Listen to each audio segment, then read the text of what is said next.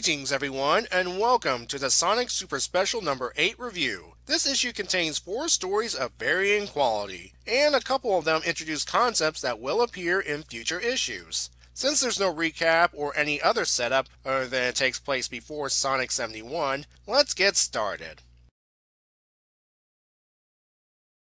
Our first story is Zone Wars Prelude, and it starts with Sonic the Zone Cop, and yes, I'm aware it looks like he's standing on the side, reporting a zone breach. A Dr. Ivana Robotina has come to Sonic's dimension and is engaging the Hedgehog at the moment. Sonic's on the case and he's summoning some reinforcements. Cutting to Sonic, he's dodging Robotina's rays that could turn someone into a monster when reinforcements arrive in the form of Sally Moon and her partner Chibi Rose? I'm with you, Sonic. What the heck is going on?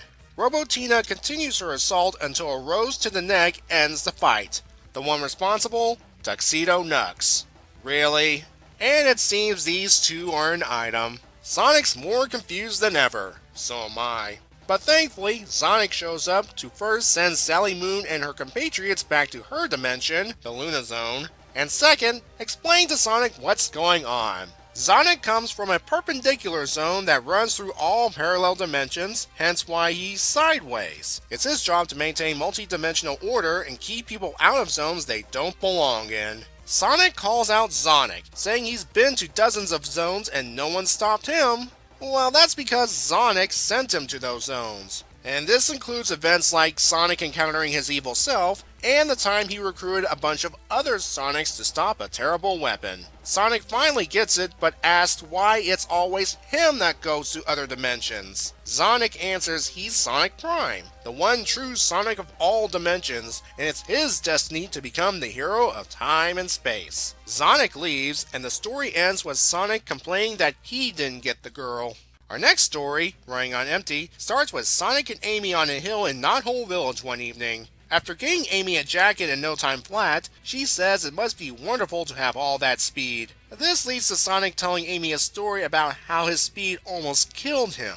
It starts with Sonic trying to free Sally from what looks like an Asian gazebo, but it turns out Sally's a fake. It was a trick by Snively to get Sonic zapped by a machine. Sonic appears normal and tells Snively he botched his plan. Unfortunately for Sonic, Snively's plan is working like a charm. Sonic runs into Rosie, who's looking for an apple orchard in the area. Sonic takes her there because he doesn't want someone like Snively ruining a chance for Rosie's apple pies. They arrive at the orchard and Sonic sees an apple falling. He speeds off to get it, but discovers he can't stop and runs right into a tree.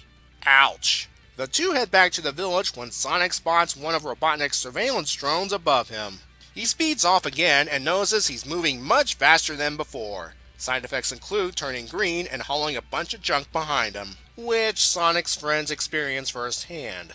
Rotor wants to examine his new super speed to see if it'll endanger everyone, including himself. Rotor hooks him up to a treadmill. Predictably, Sonic trashes it with his speed, but thankfully Rotor was able to salvage the data. Later, Rotor briefs the team on what's happened to Sonic. Snively shot a ray that would make Sonic run super fast, but with the most severe side effect: rapid aging, as Sonic demonstrates. Jeez. Luckily for Sonic, there might be a way to reverse the process, but it involves going to Robotropolis to find the machine. So Sonic, Tails, Sally, and Rotor head into the city, and coincidentally, they locate the machine. Rotor begins altering it, but without the security code, they can't use it. Robotnik and a bunch of SWAT bots arrive and surround Sonic's friends. Sonic decides to risk death and uses his super speed to drag the SWAT bots away and have them bury Robotnik, but it leaves Sonic near death. Sally has an idea. She overdramatically begs Snively to zap Sonic with the machine to put him out of his misery. Snively does so, but thanks to Rotor's modifications, the ray actually restores Sonic to normal. Sonic and company leave while Snively destroys the machine in frustration, ending the flashback. The story ends with Amy wanting Sonic to tell her another story. Our third story, Den of Thieves, begins with two Dragon Kingdom locals trying to stop thieving ninja bats from escaping with the temple's valuables. The bats get intercepted by Monkey Kong, but they use shurikens to distract him long enough for them to escape. The girl, Lucci May, says the bats, also known as the Yagyu clan, are on their way back to their lair at the haunted lake. Monkey Kong doesn't believe in such legends. Her brother, Lu Fang, really adds that the lake is haunted by a dragon. But again, Monkey Kong's not afraid of such things and decides to head to the lake. The Lu siblings follow because they want to see Monkey Kong crash and burn. They arrive at the lake, and Lu Fang says they must be careful because the Yagyu are highly skilled shadow fighters, as they demonstrate by ambushing the trio. Monkey Kong and Lu Fang hold them off. Lucci May does nothing, sadly. The three head to higher ground, but as the Yagyu Lord cryptically points out, they walked right into a trap. Now you may think the Yagyu screwed up and dropped the trio right where the treasure is, but this is part of the trap as they come face to face with the quote-unquote dragon.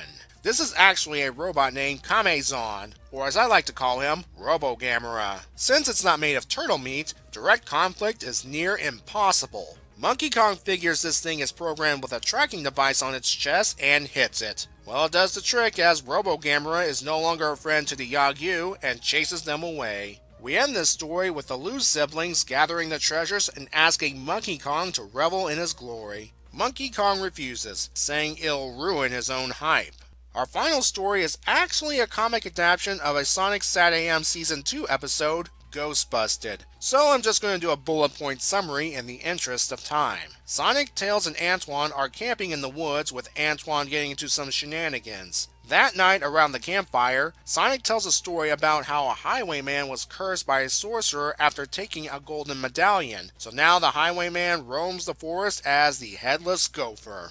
Tails has a nightmare about both Robotnik and the Headless Gopher before waking up and seeing something ghostly behind a tree. He wakes up Sonic, and Antoine is missing. As you can probably figure out, the ghost is actually a sleepwalking Antoine that went through some glowing leaves. Yeah, I know I'm skipping a lot of the story, but it's very cliche. The next morning as they pack up, Tails finds a golden medallion. There's an evil laughter in the woods, and everyone runs off. The end.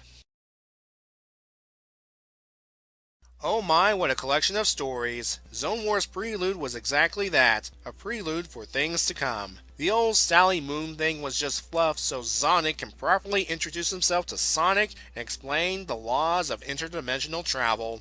So why Sally Moon? A parody of Teenage Mutant Ninja Turtles could have come to Mobius, and it would have been the same story. I do have one more thing to say about the Sally Moon parody. If I did my research on the source material correctly, does this mean Chibi Rose is technically the future daughter of Sally Moon and Tuxedo Nux? Anyway, the purpose of this story is to retcon Sonic's earlier dimensional travels, which I honestly don't mind. Looking back at the numerous times Sonic traveled to other worlds, there's no contradiction here. Sonic says he's allowed Sonic to journey to other dimensions to solve problems. If that's the case, how come Sonic revealed himself to Sonic now? If I were to guess, it might be related to the events of issue 50. Long story. The art's okay. I do like Sonic's over-the-top reaction to things. And for those wondering if there are inconsistencies between Sonic and the Sally Moon characters, I chalk it up to different dimensional properties. This story gets a 5. It's set up and exposition told in 8 pages. And we definitely haven't seen the last of Sonic and dimensional travel. Running on empty showed what could happen if the enemy used Sonic's greatest asset against him. I'm actually reminded of an episode of Darkwing Duck where he got super speed and it rapidly aged him. The Freedom Fighters involved do a decent job with Rotor reprogramming the machine, Sally tricking Snively to shooting Sonic and restoring him to normal, and Tails, well, he was there for his buddy. Sonic himself continues to show how awesome he is by risking death doing the same dragging junk behind him maneuver, which was a funny gag earlier in the story, to save his friends from Robotnik. Speaking of, why was Robotnik here? You could have replaced him with a super security robot accompanied by SWAT bots, and the story would remain unchanged. Snively's the main villain of this story, and his plan would have succeeded if not for Sonic's friends. The art's a bit stylish, but it's okay. I do like the cloud effect for the flashback panels. This story gets a 7. It's an enjoyable outing, and what drags it down is how they managed to track down Snively's machine in Robotropolis. Maybe they tracked it using Rotor's research and a scanner? Nicole would have been perfect for this. And with this being the longest story in this issue, it could have actually worked as a story in the main book. Den of Thieves is the reason I placed this special as part of the pre-Iron Dominion Marathon. It introduces the ninja bat clan that steals items, the Yagyu. Before you get any ideas, this was years before Sonic Adventure 2 was released. Heck, Sonic Adventure wasn't released yet. Anyway, the Yagyu are implied to be dangerous, and they do have numbers, but the only real danger in this issue was the robotic Kamezon, and that was taken care of due to a convenient weak point. We'll see the Yagyu clan again, but not the Lord featured in this issue. Monkey Kong is still a bit arrogant, but is willing to help the locals. And the Lu siblings prove that ordinary people can help out. Now, what the heck are they? Monkey Kong called Lu Fang Hoppy, which might imply they're rabbits. If that's the case, Frank Strom failed at drawing them because he could have used Bunny as a reference. I realize Hoppy could also be an insult due to the ears, and if that's the case, what species are these guys? This has been bugging me for years. People, I beg you, if you know for a fact what animals the Lu siblings are, let me know in the comments section below. The story gets a 6 because I do appreciate the world building and establishing threats other than, say, Robotnik, but the story at the end is paint by numbers. And then we have Ghostbusted. This adaptation takes an already meh episode and makes it worse. The art. Oh jeez. I looked up the credits for the story, and it was adapted and drawn by J. Oliveras. At first, I thought it was another Many Hands piece. It's that amateurish. In fact, I wouldn't be surprised if Jay and Many Hands were one and the same. I got nothing else to say about this story, so I'm giving it a 3. If you like this story, or the original episode, that's fine. It's my opinion, and I don't like this story. So that was Sonic Super Special number 8. Overall, it's pretty average, with some stories that could easily fit in the main comic. Thank you for joining me today, and if you're watching this as part of my pre-Iron Dominion Marathon, then up next is Sonic issue 86, in which we get to see Monkey Kong's origin story, which is second to the main story featuring Sonic, Tails, and a robot. Until then, have a good day, and be safe.